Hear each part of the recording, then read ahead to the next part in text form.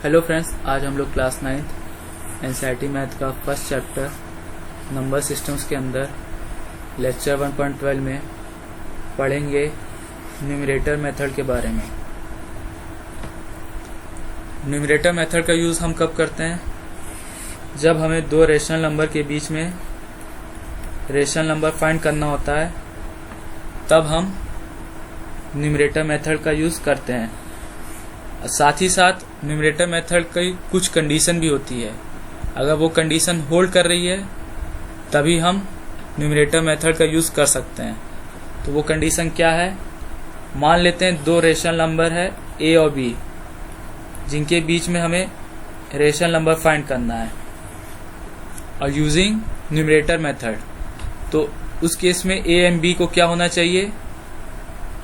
जो ए है और बी है रेशनल नंबर, दोनों का डिनोमिनेटर इक्वल होना चाहिए और साथ ही साथ ए एंड बी का डिनोमिनेटर 1 के इक्वल नहीं होना चाहिए।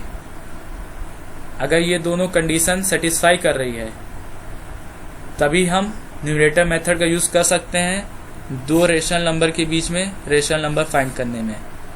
नहीं तो न्यूमरेटर मेथड का यूज़ हम नहीं कर सकते। कुछ एग्जाम्पल है, वहां से आपका और भी क्लियर हो जाएगा कि किस क्वेश्चन में न्यूमरेटर मेथड का यूज कर सकते हैं और किस क्वेश्चन में नहीं। तो पहला एग्जांपल क्या है? 2/5 31/5।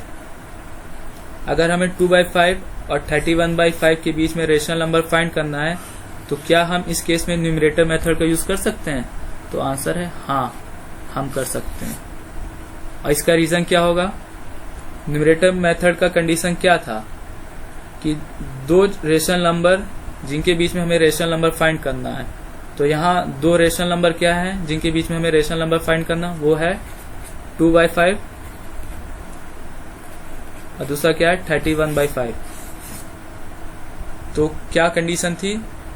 दोनों का जो है डिनोमिनेटर इक्वल होना चाहिए। तो यहाँ दोनों का डिनोमिनेटर क्या है? 5 है, इक्वल है। और साथ ही साथ दोनों का डिनोमिनेटर 1 के इक्वल नहीं होना चाहिए। तो यहाँ देखेंगे दोनों का डिनोमिनेटर 1 के भी इक्वल नहीं है। तो इस केस में अगर हमें 2/5 और 31/5 के बीच में रेशनल नंबर फाइंड करना है तो हम चाहें तो न्यूमरेटर मेथड का यूज करके फाइंड कर सकते हैं।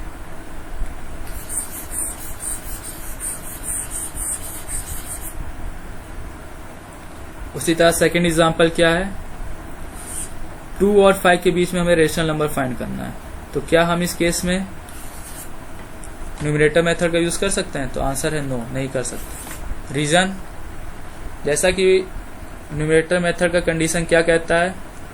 दो रेशनल नंबर जिनके बीच में रेशनल नंबर फाइंड करना है। तो यहाँ दो रेशनल नंबर क्या है?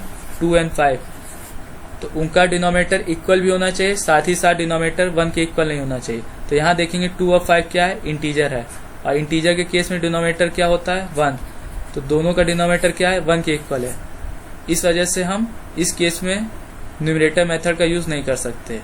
अगर हमें 2 और 5 के बीच में रेशनल नंबर फाइंड करना है तो हम किसी और दूसरे मेथड से कर सकते हैं, मगर न्यूमरेटर मेथड का यूज नहीं कर सकते, क्योंकि न्यूमरेटर मेथड का जो कंडीशन होता है वो होल्ड नहीं कर रहा है। उसी तरह एक और एग्जांपल है 13/5 और 15/8। अगर इनके बीच में रेशनल नंबर फाइंड करना है तो क्या हम न्यूमरेटर मेथड का यूज कर सकते हैं? तो आंसर है नो, नहीं कर सकते। और रीजन क्या है? तो फिर से न्यूमरेटर मेथड की कंडीशन पर जानते हैं क्या कहता है। न्यूमरेटर मेथड की कंडीशन क्या थी? जो दो रेशनल नंबर है जिनके बीच में रेशनल नंबर फाइंड करना है। तो यहाँ क्या है? दो रेशनल नंबर 13/5 और 15/8। तो दोनों का डिनोमिनेटर क्या होना चाहिए? इक्वल। तो यहाँ दोनों का डिनोमिनेटर क्या है? एक का 5 है, एक का 8 है, दोनों का इक्वल नहीं है। तो इस वजह से इस केस में हम न्यूमरेटर मेथड का यूज नहीं कर सकते। तो अगर हमें 13/5 और 15/8 के बीच में रेशनल नंबर फाइंड करना है तो हम इस केस में न्यूमरेटर मेथड का यूज नहीं कर सकते, किसी दूसरे और मेथड से करना होगा हमें। तो नेक्स्ट क्लास में हम कुछ एग्जाम्पल कवर करेंगे न्यूमरेटर मेथड का, किस तरह हम दो रेशनल नंबर के बीच में रेशनल नंबर फाइंड कर सकते हैं यूजिंग न्यूमरेटर मेथड का। अगर आपका कोई भी डाउट हो तो कमेंट बॉक्स में ज़रूर पूछें। तब तक के लिए थैंक यू।